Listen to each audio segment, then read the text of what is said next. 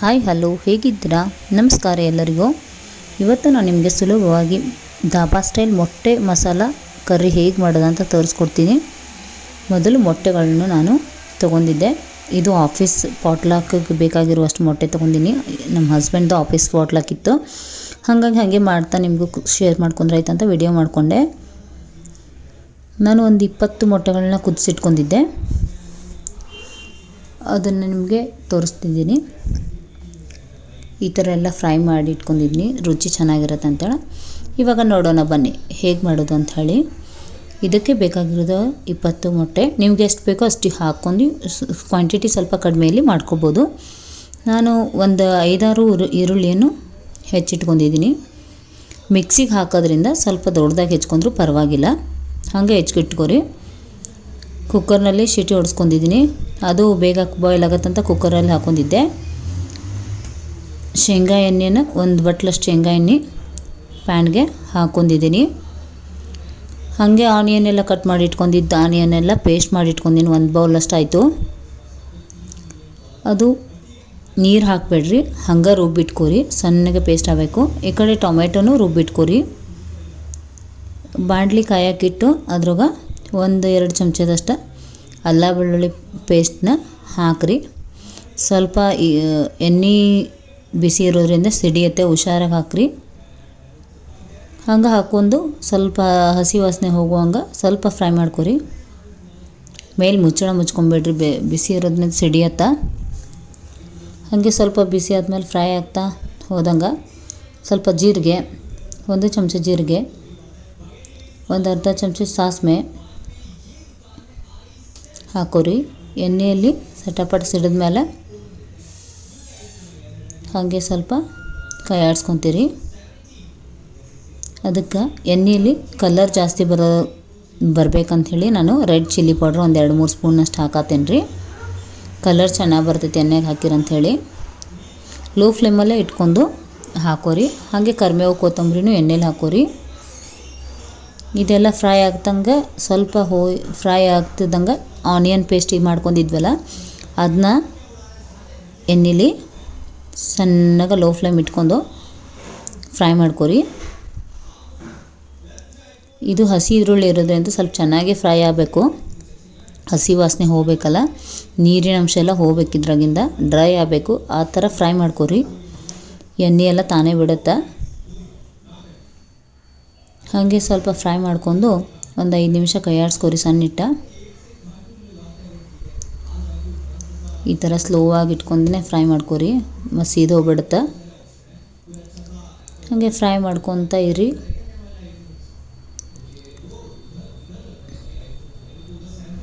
ಹಾಗೆ ಈ ಕಡೆ ಟೊಮೆಟೊ ಪೇಸ್ಟ್ ಎಲ್ಲ ಮಾಡ್ಕೊಂಡು ರೆಡಿ ಇಟ್ಕೊರಿ. ಇದು ಫ್ರೈ ಅಷ್ಟು ಆಗೋಮಷ್ಟರಲ್ಲಿ ನೀವು ಸ್ವಲ್ಪ ಮೊಟ್ಟೆ ಗಿಟ್ಟೆ ಎಲ್ಲ ಬಿಡಿಸಿ ಚೆನ್ನಾಗಿ ಇಟ್ಕೊಳ್ಳಿ. ಇದು ಒಂದು 5-6 ನಿಮಿಷ ಫ್ರೈ ಆದರೆ ಸಾಕು, ಹಸಿ ಸ್ಮೆಲ್ ಹೋಗುತ್ತೆ.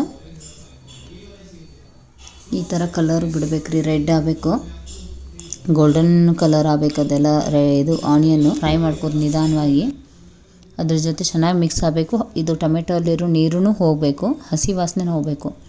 ಆ ಥರ ಲಿಡ್ ಮುಚ್ಚಿ ಕ್ಲೋಸ್ ಮಾಡಿ ಸ್ವಲ್ಪ ಬೇಯಿಸ್ಕೊರಿ. ಒಂದು 5 ನಿಮಿಷ ಅಷ್ಟು ಬೇಯಿಸ್ಕೊಂಡ್ಮೇಲೆ ಈ ಥರ ವಾಟ್ರೆಲ್ಲ ಹೋಗುತ್ತೆ, ಹೋಗಿ ಒಂದು ಹದಕ್ಕೆ ಬರುತ್ತೀಗ.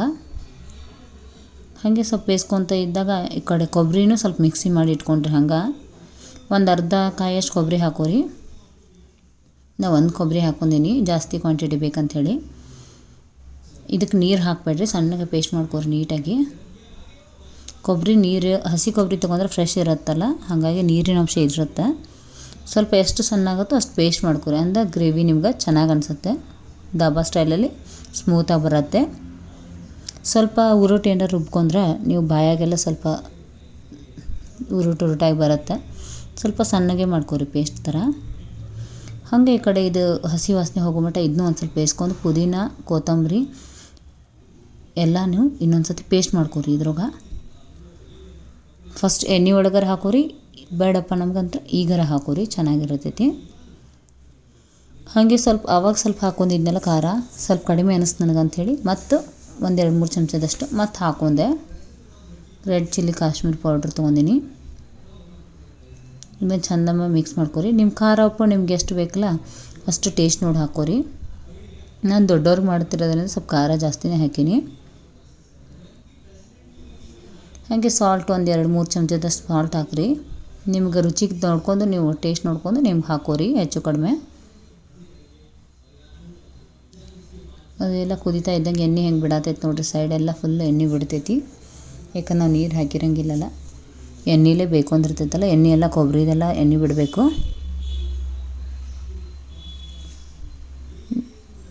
ಇದು ವಾಸನೆ ನೋಡಿದ್ರೆ ಇವಾಗಲೇ ತಿನ್ಬೇಕು ಅನಿಸ್ತಾ ಇದೆ. ನಾನು ಎಗ್ ಮಸಾಲ ತೊಗೊಂಡೀನಿ ರೀ, ಗರಂ ಮಸಾಲ ತೊಗೊಂಡಿನಿ. 1 ಚಮಚದಷ್ಟು 2 ಚಮಚದಷ್ಟು ಗರಂ ಮಸಾಲ ಹಾಕೋರಿ. ಹಾಗೆ ಎಗ್ ಕರಿ ಮಸಾಲೂ ಒಂದು ಅರ್ಧ ಪ್ಯಾಕೆಟ್ ಹಾಕೋರಿ. ನೀವು ಮನೆಯಲ್ಲೇ ಮಾಡ್ಕೋದಾದ್ರೆ ಮಸಾಲೆ ಮಾಡ್ಕೊಂಡು ಹಾಕೋಬೋದು. ದಾಲ್ಚಿನ್ನಿ, ಲವಂಗ, ಚಕ್ಕೆ, ಏಲಕ್ಕಿ ಎಲ್ಲ ಹಾಕ್ಕೊಂಡು ಅದು ಹಾಕೋಬೋದು.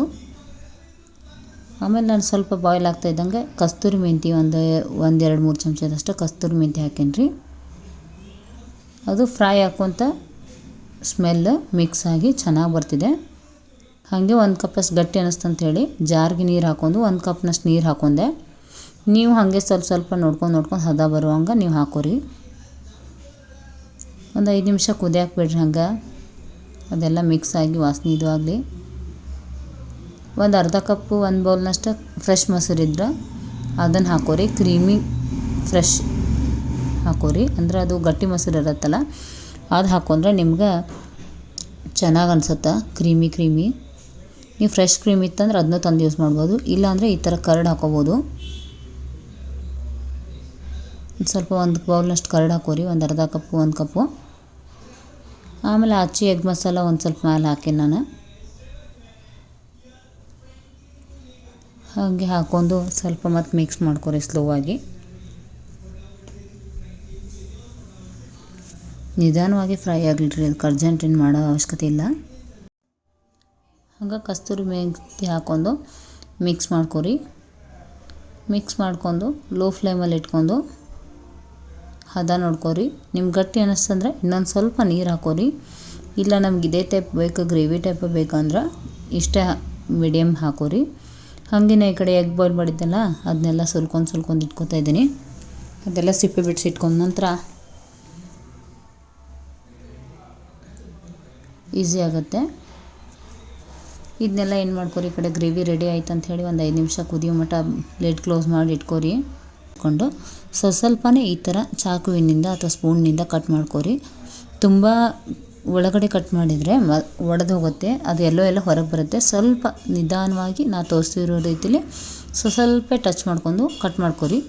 ಹಾಗೆ ಈ ಕಡೆ ಎಣ್ಣೆಯನ್ನು ಹಾಕಿಟ್ಕೊಂಡು ಬಾಣಲೆಯಲ್ಲಿ ಸ್ವಲ್ಪ ಗರಂ ಮಸಾಲ, ರೆಡ್ ಚಿಲ್ಲಿ, ಹಾಗೆ ಹಳದಿ, ಆಮೇಲೆ ಬೆಳ್ಳುಳ್ಳಿ, ಕರಿಬೇವು ಬೇಕಿದ್ರೆ ಹಾಕ್ಕೊಂಡು ಎಣ್ಣೆ ಫ್ರೈ ಆಗ್ತಿದ್ದಂಗೆ ಮೊಟ್ಟೆನ ಎಣ್ಣೆಯಲ್ಲಿ ಹಾಕಿ. ಈ ಥರ ಫ್ರೈ ಆಗ್ತಾ ಇದ್ದಂಗೆ ಫ್ರೈಡ್ ಎಣ್ಣೆಯಲ್ಲಿ ಇದು ಮೊಟ್ಟೆ ಎಲ್ಲ ಹಾಕ್ಕೊಳ್ಳಿ. ನಾವು ಡೈರೆಕ್ಟಾಗಿ ಹಸಿ ಕುದಿಸಿರುವಂಥ ಮೊಟ್ಟೆನೇ ಸಾಂಬಾರ್ಗೆ ಹಾಕೊಂಡ್ರೂ ಬರುತ್ತೆ.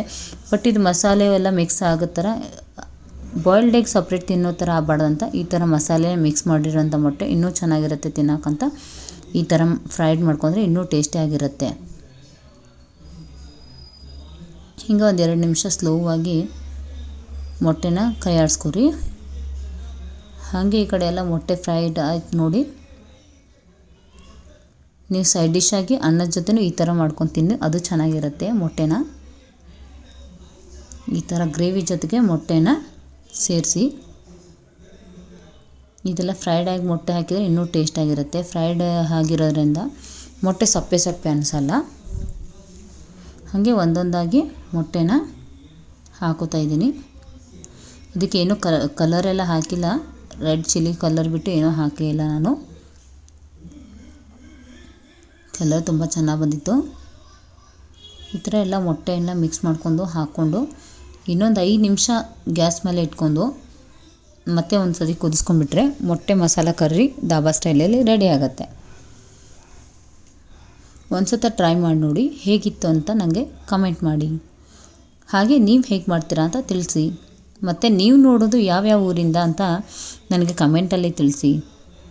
Thank you. ಮತ್ತು ಯಾರೆಲ್ಲ ಸಬ್ಸ್ಕ್ರೈಬ್ ಆಗಿಲ್ಲ ಪ್ಲೀಸ್ ಹೋಗಿ ನನ್ನ ಚಾನಲ್ಗೆ ಸಬ್ಸ್ಕ್ರೈಬ್ ಆಗಿ. ಸಬ್ಸ್ಕ್ರೈಬ್ ಆಗಿರೋರು ಪ್ರತಿದಿನ ವಿಡಿಯೋ ನೋಡಿ, ಹೀಗೆ ಸಪೋರ್ಟ್ ಮಾಡಿ, ಶೇರ್ ಮಾಡಿ. ನೆಕ್ಸ್ಟ್ ನಿಮಗೆ ಯಾವ ಥರ ಬೇಕು ಅಂತ ಕಮೆಂಟ್ ಮಾಡಿ. ಇದು ನಿಮಗೆಲ್ಲ ಇಷ್ಟನಾ ಅಥವಾ ಇಲ್ವಾ ಅಂತ ಹೇಳಿ. ನೀವು ಮೊಟ್ಟೆ ಪ್ರಿಯರಾಗಿದ್ದರೆ ಮಾಡಿ ನನಗೆ ರಿವ್ಯೂ ಕೊಡಿ. Thank you.